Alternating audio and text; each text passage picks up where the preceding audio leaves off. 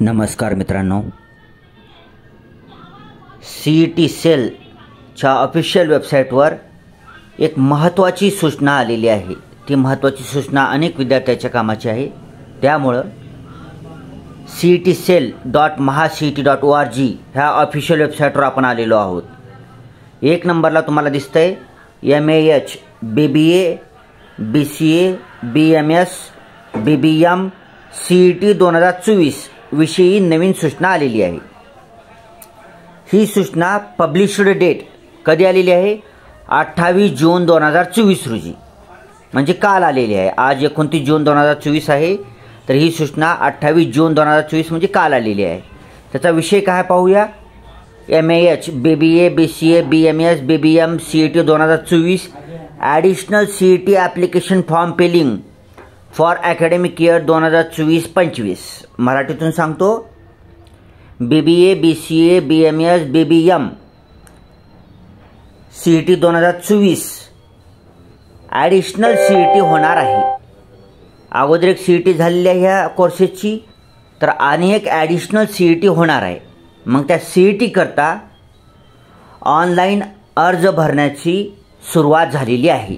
शैक्षणिक वर्ष 2024-25 करता ॲडमिशन घेण्याकरता। त्याच्या पुढे डाउनलोड म्हणून एक ऑप्शन दिसत आहे आपल्याला, त्याच्यात डिटेल आहे, बातमी आहे पूर्ण, ती डाउनलोड करूया। व्ह्यू करूया। ठीक आहे, ही बातमी तर वर इंग्रजीतून बी दिलेलं आहे, हे मराठीतून बी दिलेलं आहे। ठीक आहे, आपण मराठीतली वाचूया, सगळ्यांना समजते। ठीक आहे, ओके। महाराष्ट्र शासन राज्य सामायिक प्रवेश परीक्षा कक्ष महाराष्ट्र राज्य मुंबई, त्याला CET सेल म्हणतो। दिनांक 28 जून 2024। सूचना क्रमांक 1, महा BBA BCA BMS BBM अतिरिक्त CET 2024 ऑनलाईन अर्ज नोंदणी।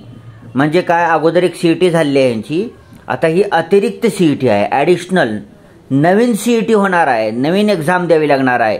ह्याच्यासाठी तुम्हाला नवीन अर्ज करावा लागणार आहे, सगळं नवीन राहील।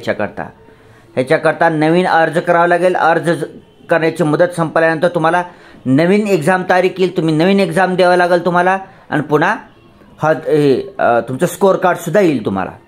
ठीक आहे, आता कोणासाठी लागू आहे कोणासाठी लागू नाही विस्तृत इथं खाली पाहूया। ठीक आहे, संदर्भ आहे दिनांक 20 जून 2024 लेटर। उपरोक्त संदर्भांकित दिनांक 20 जून 2024 रोजीच्या पत्रान्वये उमेदवारांचे शैक्षणिक हित लक्षात घेऊन शासनाने या कार्यालयास BBA BCA BMS BBM या अभ्यासक्रमांच्या प्रवेशासाठी अतिरिक्त CET आयोजित करण्यास मान्यता दिली आहे। अतिरिक्त परीक्षेसाठी पुढील प्रमाणे उमेदवार पात्र असतील। ठीक आहे, आता कंडिशन काय आहे ह्याची तर पुढे दिलेली आहे। ठीक, नंबर 1, ज्या उमेदवारांनी दिनांक 29 मे 2024 रोजीची परीक्षा दिलेली आहे अशा इच्छुक उमेदवारांना देखील अतिरिक्त परीक्षेची संधी उपलब्ध करून देण्यात येणार आहे। ठीक आहे, पुढे ज्या उमेदवारांनी दिनांक 29 मे 2024 रोजीची परीक्षा दिल्यानंतर अतिरिक्त परीक्षेची संधी स्वीकारली आहे अशा उमेदवारांचे दोन्ही परीक्षांपैकी सर्वोत्तम असणारे पर्सेंटाईल प्रवेश प्रक्रियेसाठी ग्राह्य धरण्यात येणार आहेत। यासाठी केंद्रीभूत प्रवेश प्रक्रियेवेळी उमेदवारांनी सर्वोत्तम पर्सेंटाईलची गुणपत्रिका संगणकीय प्रणालीवर अपलोड करणे आवश्यक राहील। ठीक आहे, नंबर 3, अतिरिक्त परीक्षेची निकाल प्रक्रिया देखील पर्सेंटाईल पद्धतीने करण्यात येईल। ठीक आहे, इथं पूर्ण डाऊट क्लिअर केलेले आहे। आता काही लोक इथपर्यंत व्हिडिओज बघत नाहीत।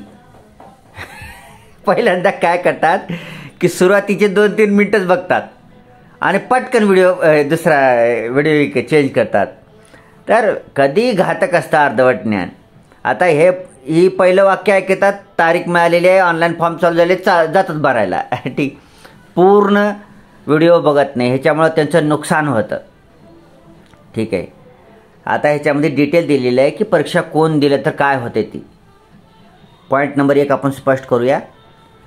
29 मे 2024 रोजी अगोदर एक परीक्षा झालेली होती, CET परीक्षा झाली होती वरील अभ्यासक्रमांची, तर ते उमेदवार देखील ह्या CETचा अर्ज भरू शकतील व ह्या CETची परीक्षा देऊ शकतील। हे क्लिअर झालं। जुने विद्यार्थी बी ही एक्झाम देऊ शकतील, ह्याचा अर्ज भरावा लागेल बरं त्यांना। जुन्या विद्यार्थ्यांना ध्यानात ठेवायचं आहे, जुन्या अर्जावर चालणार नाही.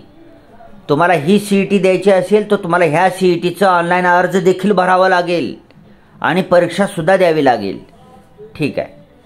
आणि जी लोक अगोदरची CET दिलेली नाहीत, म्हणजे तिने अर्जच केले नाहीत किंवा अर्ज केलेत आणि परीक्षेलाच गेले नाहीत, ध्यानात ठेवायचे आहे, जी लोक अगोदरची CET झालेली होती त्याला अर्ज केलेले नाहीत ती सुद्धा आता अर्ज करू शकतील. आणि जी लोक अर्ज केले होते बरं काही कारणाने ती CET दिली नाही त्यांनी सुद्धा अर्ज करता येते. ठीक आहे. थोडक्यामध्ये सगळ्यांनाच अर्ज करता येते, सगळ्यांनाच अर्ज करता येते, कोणीही अर्ज करू शकतो.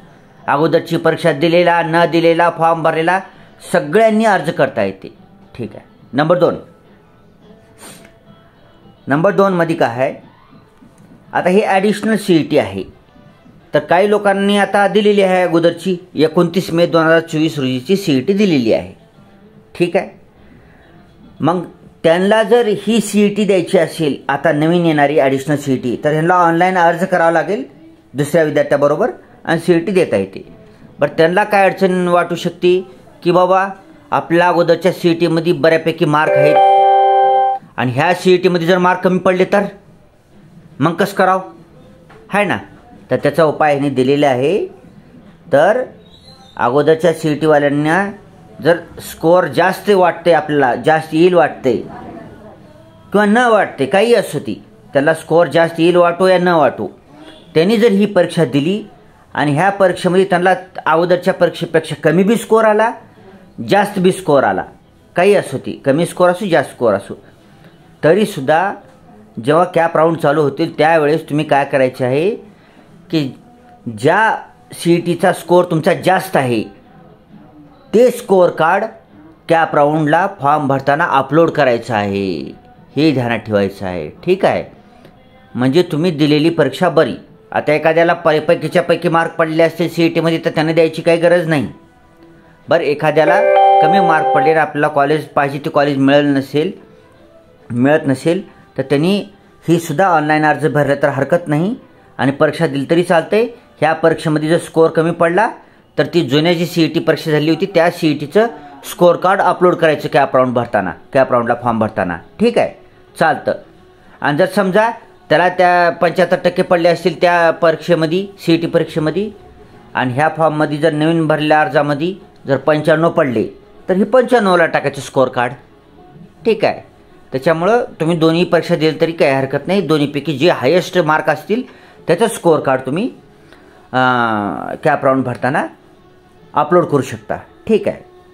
म्हणजे सगळ्यांनी दिलं तर चालते. आता एखादी विद्यार्थी 100पैकी 100% घेतलेला आहे तर त्याला काय गरज आहे, आता काही 101% घेणार आहे का त्यांना, त्याच्यासाठी जास्त प्रचंड टक्केवारी घेतल्यासाठी काही गरज नाही. बरं ज्यांचे स्कोअर कमी आहेत त्यांनी अवश्य ही परीक्षा देऊन काही दिवस आता अभ्यास करून आपला स्कोअर वाढवून घ्यावा आणि त्यांना घाबरायची गरज नाही. अगोदरच्यापेक्षा बी स्कोअर कमी आला तर जुनं CETचं mark memo score card upload केलं तर चालते. पुन्हा जुन्या पद्धतीमध्ये जुन्या CET परीक्षेमध्ये पर्सेंटाईल पद्धत होती, ह्या बी CETमध्ये पर्सेंटाईल पद्धतच असणार आहे. ठीक आहे. शैक्षणिक वर्ष 2024-25 करिता राज्य सामायिक प्रवेश परीक्षा कक्षामार्फत BBA, BCA, BMS, BBM या व्यावसायिक अभ्यासक्रमाच्या प्रवेशाकरता घेण्यात येणाऱ्या BBA, BCA, BMS, BBM अतिरिक्त CET 2024 ही सामायिक प्रवेश परीक्षा महाराष्ट्र राज्यात व इतर राज्यातील परीक्षा केंद्रावर घेण्यात येणार आहे. ठीक आहे.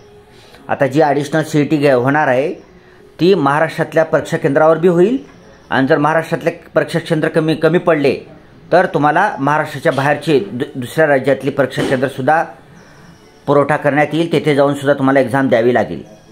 BBA, BCA, BMS, BBM अतिरिक्त CET 2024च्या ऑनलाईन अर्ज भरण्यासाठीचा कालावधी पुढीलप्रमाणे आहे. मग ज्या आता जी अतिरिक्त CET आपल्याला द्यायची आहे तर त्या अतिरिक्त CET करता ऑनलाईन अर्ज करण्याचा कालावधी पुढीलप्रमाणे आहे. Number 1 BBA, BCA, BMS, BBM अतिरिक्त CET 2024 परीक्षेचं नाव, तपशील, संकेतस्थळावर ऑनलाईन अर्ज नोंदणी व निश्चिती करणे. ठीक आहे. नोंदणी कालावधी 19 जून 2024 ते 3 जुलै 2024. सामायिक प्रवेश परीक्षेची तारीख निर्धारित वेळेत जाहीर केली जाईल. तर ठीक आहे. अतिरिक्त CET 2024, additional CET 2024, BBA, BCA, BMS, BBM या 4 शिक्षण क्रमांकाकरता चालू झालेले आहे. ऑनलाईन अर्ज करायचा आहे तुम्हाला. ऑनलाईन अर्ज करण्याची सुरुवातीची तारीख असणार आहे 29 जून 2024. म्हणजे आज व्हिडिओ बनवतो आहोत आपण त्या दिवसापासून 29 जून 2024 पासून ऑनलाईन अर्ज करणे चालू होईल. आणि ऑनलाईन अर्ज करण्याची शेवटची तारीख असणार आहे 3 जुलै 2024.